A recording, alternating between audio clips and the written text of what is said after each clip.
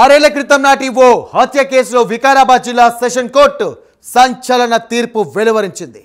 భార్య ఇద్దరు పిల్లలను కిరాతకంగా హత్య చేసిన నిందితుడికి ఉరిశిక్ష విధించింది.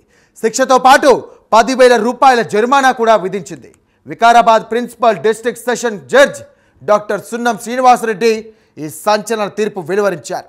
జరిమానా చెల్లించని పక్షంలో అదనంగా 6 నెలల కఠిన కారాగార శిక్ష అనుభవించాలని తీర్పులో పేర్కొన్నారు.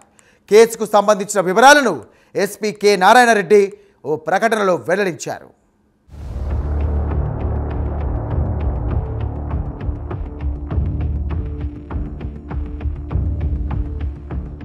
హైదరాబాద్ నగర శివారు షేరిలింగంపల్లికి చెందిన గురు ప్రవీణ్ కుమార్ చాందిని ప్రేమించి పెళ్లి చేసుకున్నారు.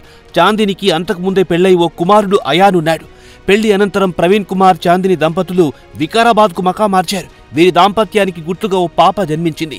ఆ పాపకు ఏంజిల్ అని పేరు పెట్టుకున్నారు. సాఫీగా సాగుతున్న వీరి కాపురంలో కుదుపులు మొదలయ్యాయి. భార్య చాందిని తరచుగా సెల్ ఫోన్లో మాట్లాడడం భర్తకు నచ్చలేదు.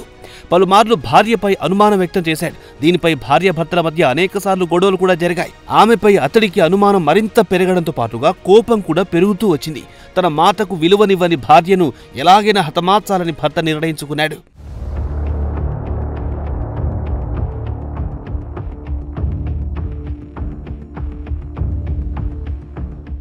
2019 ఆగస్టు 4న రాత్రి పిల్లలు నిద్రించాక భార్య చాందిని తలపై ఇనుప రాడ్డుతో మోది చంపాడు.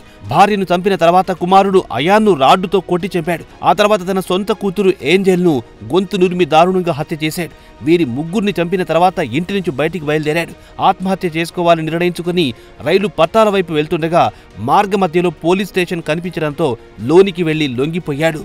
అప్పటి ఇన్స్పెక్టర్ శ్రీనివాసరావు కేసు నమోదు చేశారు.